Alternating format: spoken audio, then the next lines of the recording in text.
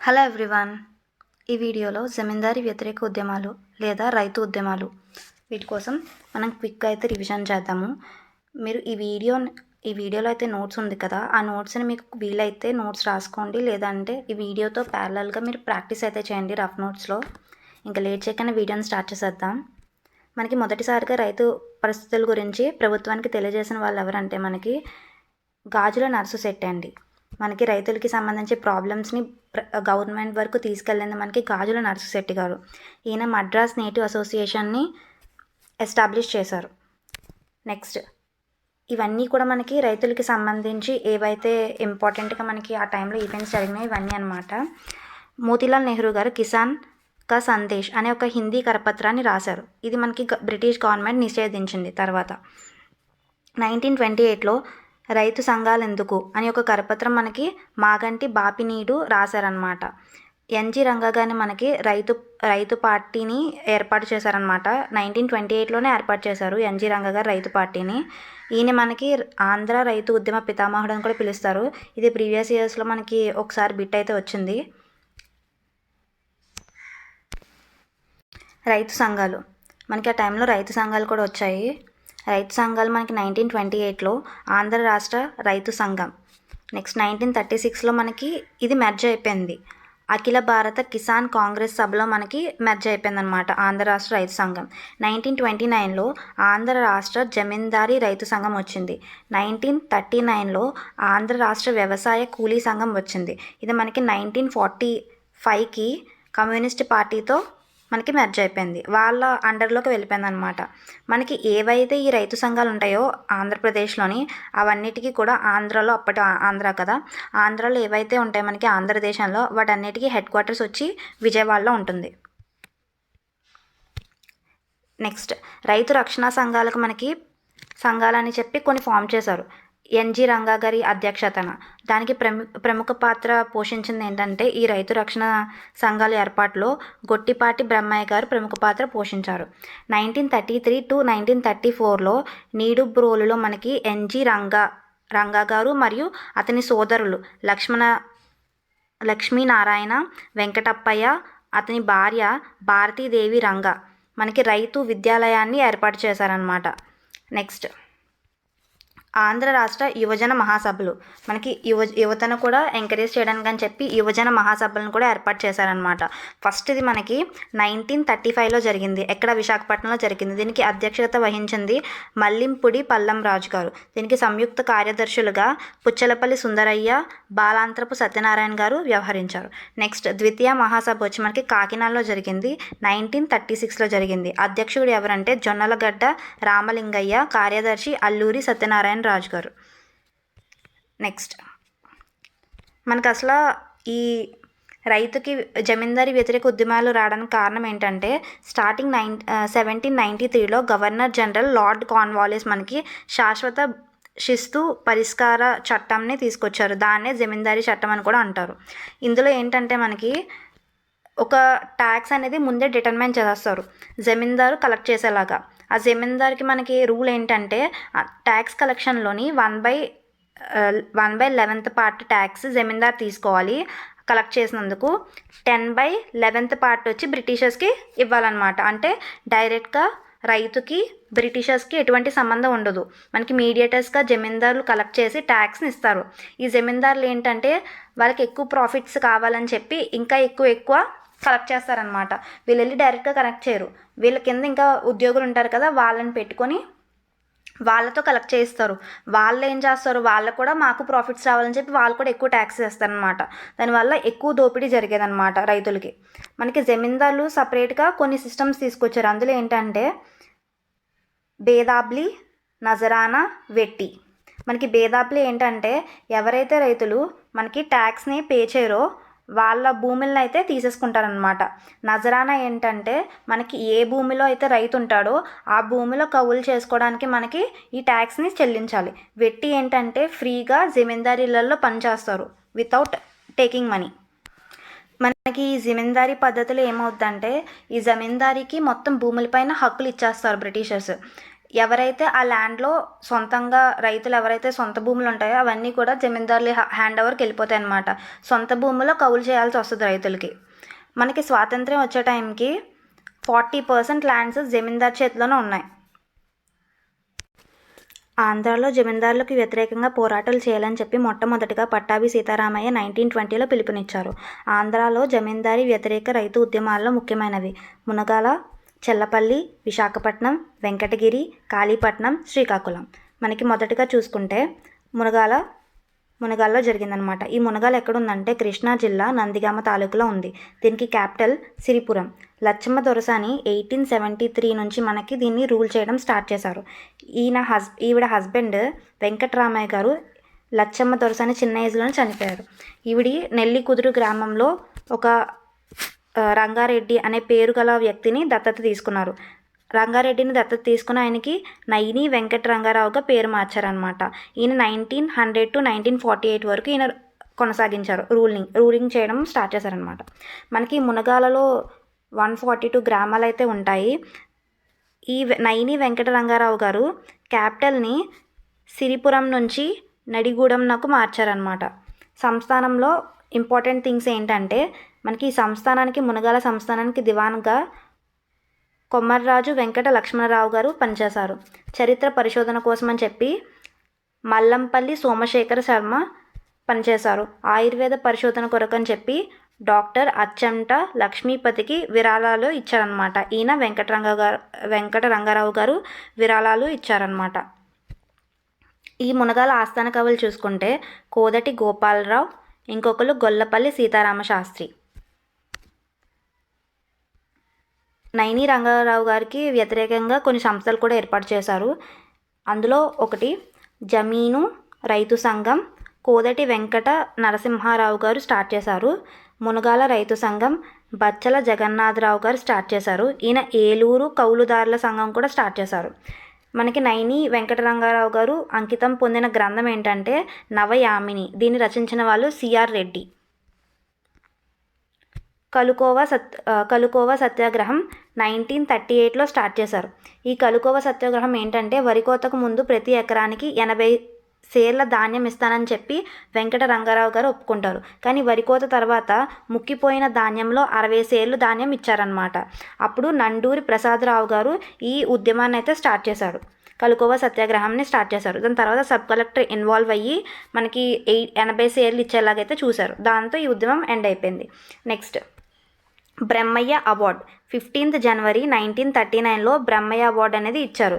ఎందుకంటే మనకి నైని వెంకట రంగారావు గారు అక్రమంగా ఈ జమీందారులు అనే వాళ్ళు అక్రమంగా భూములు కాజేయకూడదు, అక్రమంగా భూముల్ని జప్తు చేయకూడదు అని చెప్పి మనకి బ్రహ్మయ్య అవార్డుని తీసుకొచ్చారు. నెక్స్ట్ ల్యాండ్ ట్యాక్సెస్ని తగ్గించాలని చెప్పి తీసుకొస్తే ఇవి వేటిని కూడా మనకి ఫాలో అవుతున్నట్టే ఉండి ఫాలో అవ్వకుండా వెంకట రంగారావు గారు వీటిని ఏం ఫాలో అవ్వరు. అందుకని చెప్పి ఫాలో అవ్వట్లని చెప్పి ఉప్పల రామయ్య అక్కడ ఉద్యమాలు స్టార్ట్ చేస్తారు. దానివల్ల కొంచెం తీవ్రమైన వాతావరణం నెలకొంటుంది. ఈ అవార్డు 1939 ఇచ్చిన తర్వాత కూడా ఇమ్మడి పాపయ్య భూమిని అక్రమంగా ఆక్రమిస్తారనమాట. అప్పుడు పోలీసులు అక్కడ గొడవ జరుగుతుంటే పోలీసులు ఆపడానికి వెళ్తారు. అక్కడ 350 మంది మహిళలు పోలీసులను అడ్డుకుంటారు. అంటే విమెన్ కూడా దీంట్లో పార్టిసిపేట్ చేశారని చూడొచ్చు. 1939 జూలైలో మనకి ప్రకాశం గారు, ఎన్జి రంగా గారు మునగాల్లో మనకి పర్యటించారు. దీంతో ఉద్యమం అనేది ఎండ్ అయిపోయింది. 11th June 1939 మునగాల దినంగా ఆంధ్ర రాష్ట్ర రైతు సంఘం పిలుపునిచ్చింది. నెక్స్ట్ వచ్చేసి వెంకటగిరి.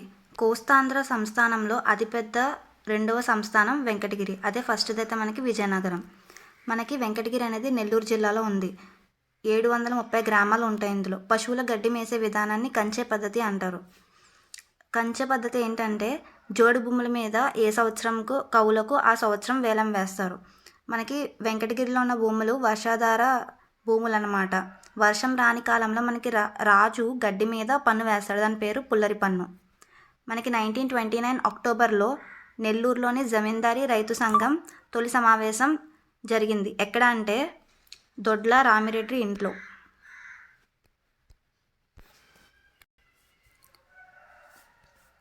ఈ జమీందారీ రైతు సంఘం వెంకటగిరి జమీందారీ ఉద్యమానికి నాంది పలికింది. నెల్లూరు జిల్లా జమీన్ రైతు సంఘం 1929లో ఫామ్ అయింది. దీనికి కార్యదర్శి నెల్లూరు వెంకట రామనాయుడు.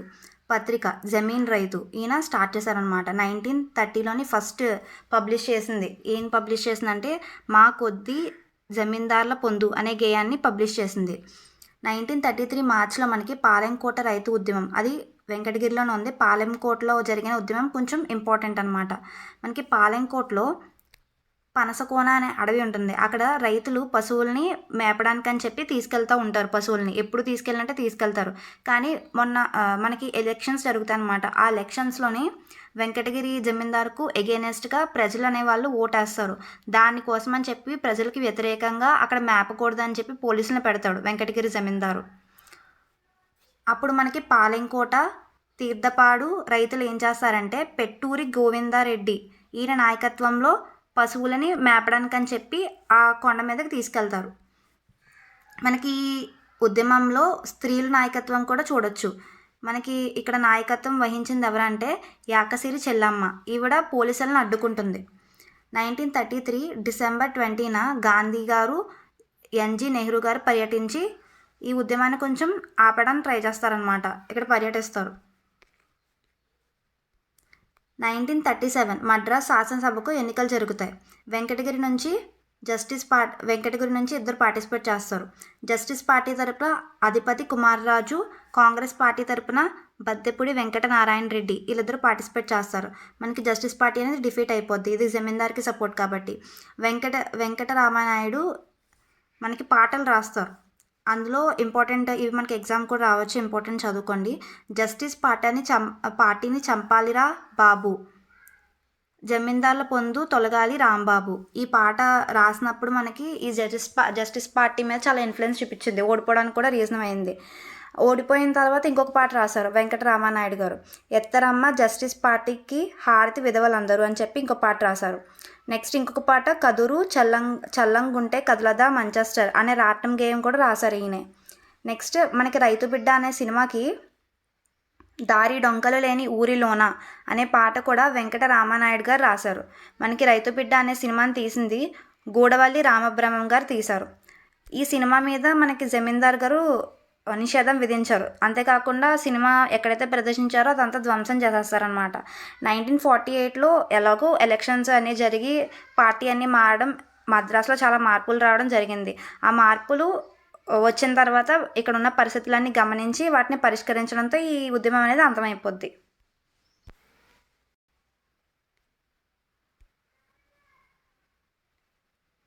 నెక్స్ట్ వచ్చి కాళీపట్నం పశ్చిమ గోదావరిలో ఉంది. ప్రజలు ప్రధాన వృత్తి ఇక్కడ చేపల వేట. 1928లో ప్రాజెక్ట్ నిర్మించాలని చెప్పేసి జమీందార్ అనుకుంటారు. అందుకోసం ప్రజల భూమిని తీసుకొని 800 ఎకరాలు దానికి బదులుగా ఇస్తానని చెప్తాడు.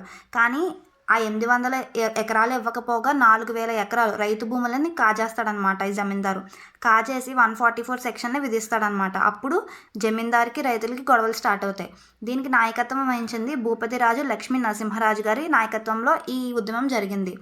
అప్పట్లో మనకి సీఎం ఎవరంటే రాజాజీ గారు, రెవెన్యూ మంత్రి ప్రకాశం, ఆంధ్ర రాష్ట్ర కాంగ్రెస్ అధ్యక్షుడు పట్టాభి సీతారామయ్య పర్యటన చేశారనమాట ఆ టైంలో. దానివల్ల ఉద్యమం అనేది ఆగిపోయింది. ఆంధ్ర రాష్ట్ర రైతు సంఘం అప్పుడు అధ్యక్షుడు ఎవరంటే కొరటాల సత్యనారాయణ మూర్తి. నెక్స్ట్ చెల్లపల్లి కృష్ణా జిల్లాలో ఉంది.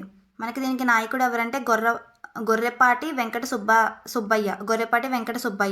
1939 చెల్లపల్లి జమీన్లోని శ్రీకాకుళాంధ్ర మహావిష్ణువు దేవాలయానికి చెందిన 600 ఎకరాలు జమీందారు పరవశం చేసుకోగా ప్రజలు వశపరుచుకోగా తిరుగుబడ్డారు. మనకి 600 ఎకరాలు శ్రీకాకుళాంధ్ర మహావిష్ణువు దేవాలయం దగ్గరలో ఉన్నది ఈ జమీందారు తీసుకోవడానికి చూస్తాడు. అప్పుడు ప్రజలందరూ తిరగబడతారనమాట. 1946లో కిష్కిందపాలెం రైతులకు చెందిన 340 ఎకరాల భూమిని గుంటూరు జిల్లా రైతులకు అమ్మగా పోలీస్ కాల్పుల్లో ఒక మహిళ, 4 మరణిస్తారనమాట. మనకి 1946లో కిష్కిందపాలెం రైతులకి తెలియకుండా 340 ఎకరాలని గుంటూరు రైతులకు అమ్మేస్తాడు ఈ జమీందారు. దానివల్ల గొడవలు జరుగుతాయి. 1947లో మిగిలిపోయిన భూముల్ని ఇంకా ప్రజలు ఆక్రమించేస్తారు. దాంతో ఈ ఉద్యమం అనేది ఆగిపోతుంది.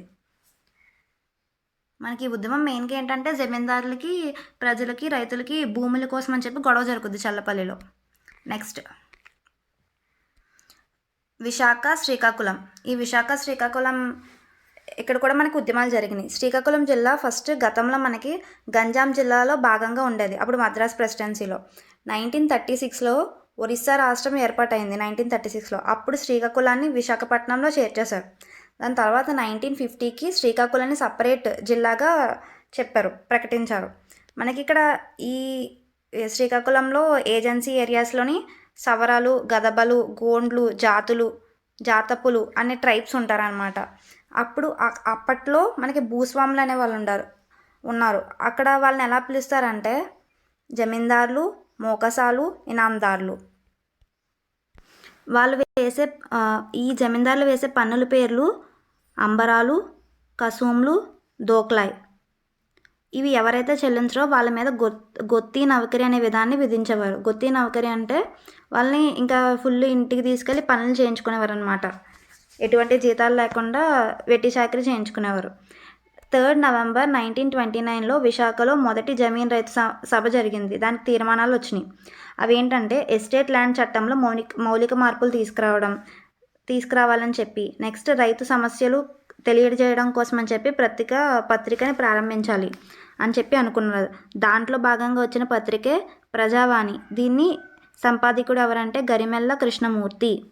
రైతుల సమస్యలపై ప్రకాశం కమిటీని వేసింది. మద్రాస్ గవర్నమెంట్ ప్రకాశం కమిటీని 1937 వేసింది. 1937 టైంలో ఇచ్చాపురం నుండి శ్రీకాకుళం వరకు మొత్తం శ్రీకాకుళం అంతా రైతు రక్షణ యాత్రను జరిపారు. ఎవరంటే గౌతు లచ్చన్న, పుల్లెల శ్యామసుందర్రావు, పుండరీకాంక్ష. వీళ్ళందరూ వాళ్ళ విన్నపాలను తీసుకెళ్ళి ప్రకాశం కమిటీకి చెప్పారనమాట. ఇంక ఇక్కడితో ఈ వీడియో ఎండ్ అవుతుంది. దీంతో మనకి జమీందార్కి సంబంధించి అన్ని ఉద్యమాలు ఫినిష్ చేసాము. ఇలాంటి వీడియోస్ మీకు ఇంకా కావాలంటే క్విక్ రివిజన్ కోసం నాకు కమెంట్ చేయండి, ఇంకా వీడియోస్ కావాలని చెప్పి. Thank you, bye.